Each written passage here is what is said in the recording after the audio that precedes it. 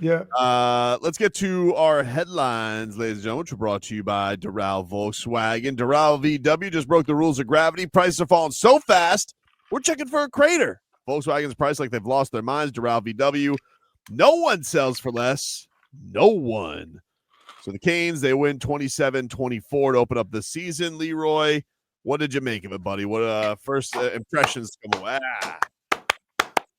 How about So one of the things that was really cool, they got after him Oof. early, soon, and the thing that went unnoticed by a lot of people, but didn't go unnoticed by me. It's a different level of football when you can be physical, aggressive, and not have penalties. Yeah. That's a sign of a good football team. Especially when the refs aren't screwing you. And I think towards the end of the game, there was a lot of grabbing and stuff by both teams because they were a little tired, but that's a whole different conversation. Steamy The monsoon. fact that they did not have a penalty, a University of Miami football team did not have a penalty while being physical and aggressive. I was like, this is a good football team because that, sometimes players fake that. They fake that by thinking, oh, I'm a push and shove. Wow, that's me being physical. There was only one mistake, and that was the remember I was telling you about defenses? You can flash something in front of their eyes and they'll chase it like a cat. Yeah. Yeah. Well, that was annoying. Dude was covering the tight end. Somebody ran underneath him. Now, football savvy says, I don't care if he catches that. I'm not giving up this big play. And you stay with the tight end.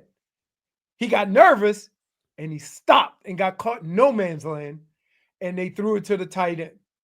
The only, and man, it's hard when the game gets in those pivotal moments, trying not to do too much. Right. And that's exactly what happened. Bro, how good did Ruben Bain look yesterday? I was saying this. First of all, reminded me of Christian Wilkins from this standpoint. All over the field. Yep. Rushing the passer, ball gets thrown, runs over there, ball gets batted in the air, catches it, and then runs up the sideline. Yep. Yeah. That's a dog right there. So no, he was awesome. I was the most impressed I was in the game was, first of all, that kicker was sketchy, but crunch time, that ball could have went 60. Oh, dude, he hit it so, it was like, wow. And they kept showing the stats, 4 for 9. I'm like, I didn't like that. 4 for 9. Don't tell me 4 for 9. That's like McKicken from a couple of years ago. Dude, I was like, and like we were saying, like, he kind of had like the look to him. I'm just like, and I didn't want to say nothing. Mm-hmm. I held back because it wasn't his fault. But he had a little Janikowski in him. A little rumble in the jungle, right? His shirt was a medium, right? They're all mediums. I think that's how they make the now. But you can't be medium with a little pouch, right? Not unless you got. And I don't know why all the defensive linemen got single digits and teens. I don't know that either. Right? I don't know. It was crazy, right? Yeah, they're like all like it's fives, like the smaller you are, the bigger your number can be. It looks so weird. It did look weird, but I was so impressed because I got understanding how things were done and everybody was complaining. And I was watching the game with my buddy Mike, and he was saying, "Uh-oh, here comes the prevent defense." And I'm like, here's what you want, okay? You want them to burn as much clock as possible. And so the way the game was going, they were methodically moving the ball down the field, which was great. No big chunks, no nothing. Then they hit the tight end. Everybody blamed it on, prevent. It really wasn't. Everything else, keeping it in front of him, let him throw those little short passes, come up. They were tackling great, right? Swarming to the football. Everything was great. The only thing that happened was, as a football player, there are going to be periods of time where you have to understand what I can allow and what I can't.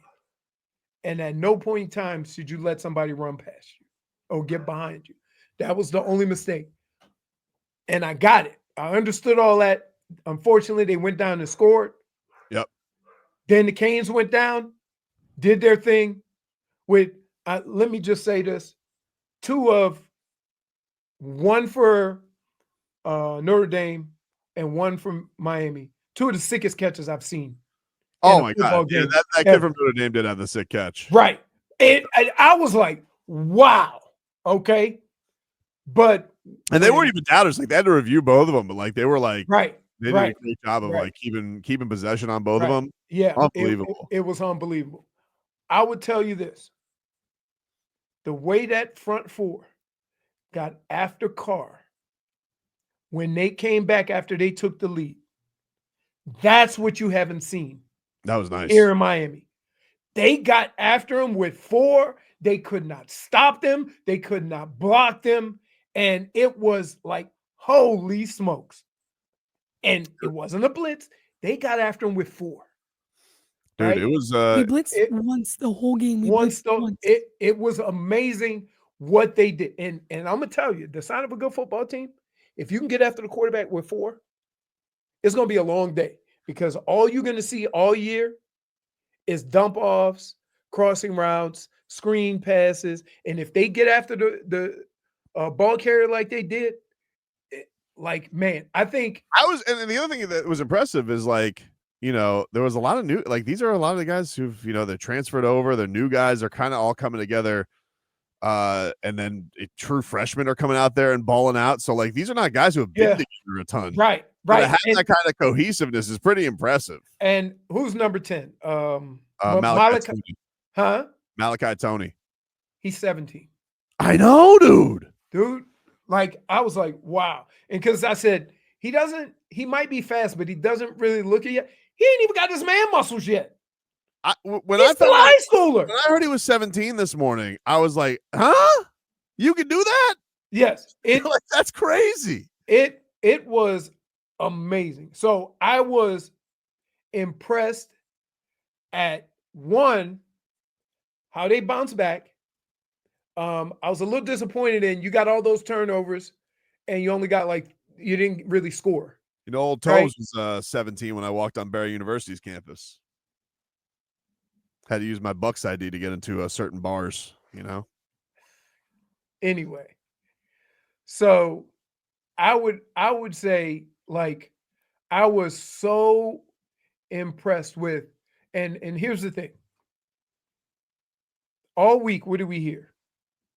Those 2 running backs, that physical front four. Oh my God, they went sharp.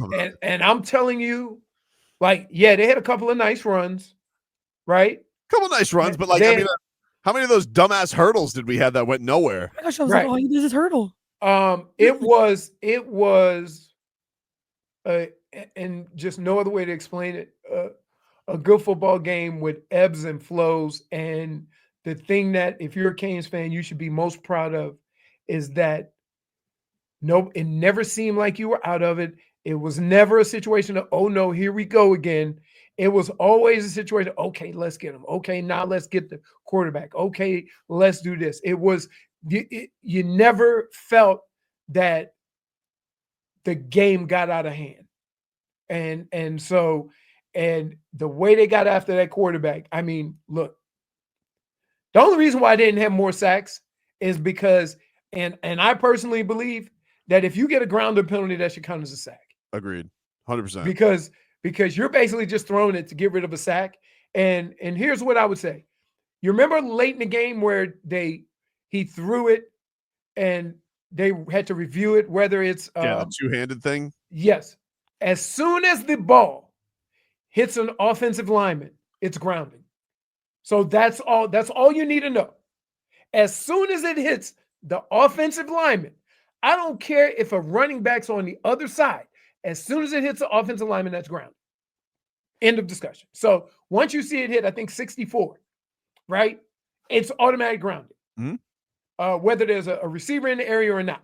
Look, he showed good moxie because, like, obviously there were times where he looked like you could see the bright lights on him for a second, and so like for him to settle in and bring his team back and give him a chance, yes, props to him. But yeah, I thought that defense. I mean, like, man, Bane and Mesidor, they're two monsters. You know what was something that drove me absolutely crazy. Let me set Who this holds up. his face? Oh my God, marble mouth. let me set it up for you. So the Canes come out the second half and 8-minute drive, right? Balling. So then things happen. Then Notre Dame goes on a little run. They have a where they get the ball, and then they're driving. End of the quarter. They score like the first play of the fourth quarter, right? Then they score again, and then kick a field goal. And they go, the Canes have given up 17 in the fourth quarter. And I'm like, if you're an outsider looking in at that, that's kind of skewed because of the fact that it took them all third quarter to even get close. Right. And then they got there with like the first play of the fourth quarter. I think that's probably what like drove if you were gonna like I've been saying today, like any Canes fan who wants to be upset with how the game went down, like I know you went through a roller coaster of emotions because it felt like it was going to Blowout City and this was going to be really easy, and then you ended up with squeaky cheeks at the end. But that was the fun of it. Like, that's what fun of rivalry games are. You ended up beating a team that was in the national championship last year. Right. You get your first win versus a top 10 team in 8 years. What did you think? What did you think that game was going to look like? First of all, you knew it was going to be a butt clincher, a nail biter. You knew all these things were going to happen at some point. Yeah, I think people just got to the point where it was like, because the Canes, when they came out in that first drive of the second half and basically just, it was like 8 minutes long almost. Right. That's what I'm saying. That 8-minute drive told me that, like, yeah. It was very impressive. Very impressive when you can come out, take that commanding lead.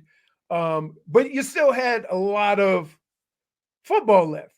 And you had to, there was really only there was two big plays. There was the 30-yard run, which, like, holy smokes, there was nobody over there. No. Right? Nobody. And then you had the pass.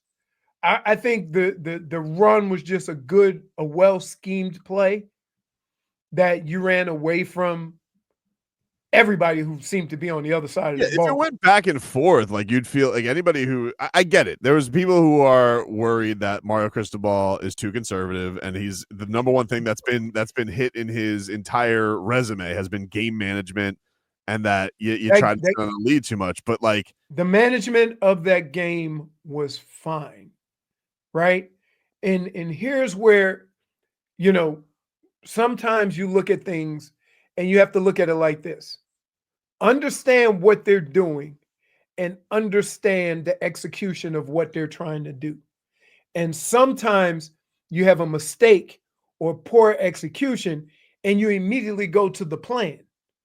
And so, again, if not for that big play to the tight end, you're thinking totally different as they have to methodically move the ball down the field. And I got to tell you, with that pass rush, there ain't no way in hell they're going 10 plays throwing those little dinks and dunks with somebody not going to grab.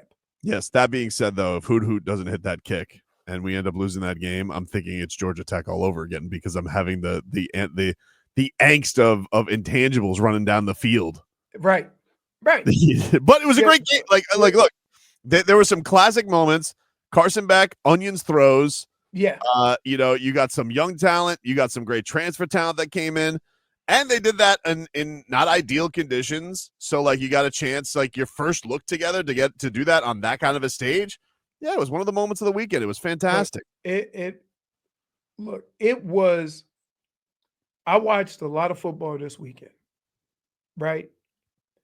And some of it was ugly because it was the first game of the season. I watched Texas, Ohio State. Like, oh my goodness. Like, whoo. We were talking about that before you got on old Arch. Right. Woo. But you know what I would say? Like, it didn't help that they were batting the ball around for him. It didn't help that, and remember what I say this about Mike McDaniel sometimes. Sometimes you overcoach a situation. Like you try so hard. In fact, Notre Dame did it early in the game. They tried so hard to protect their quarterback, throwing the short passes, doing a lot of the quick stuff or whatever, that you waited until you get down before you drop him back.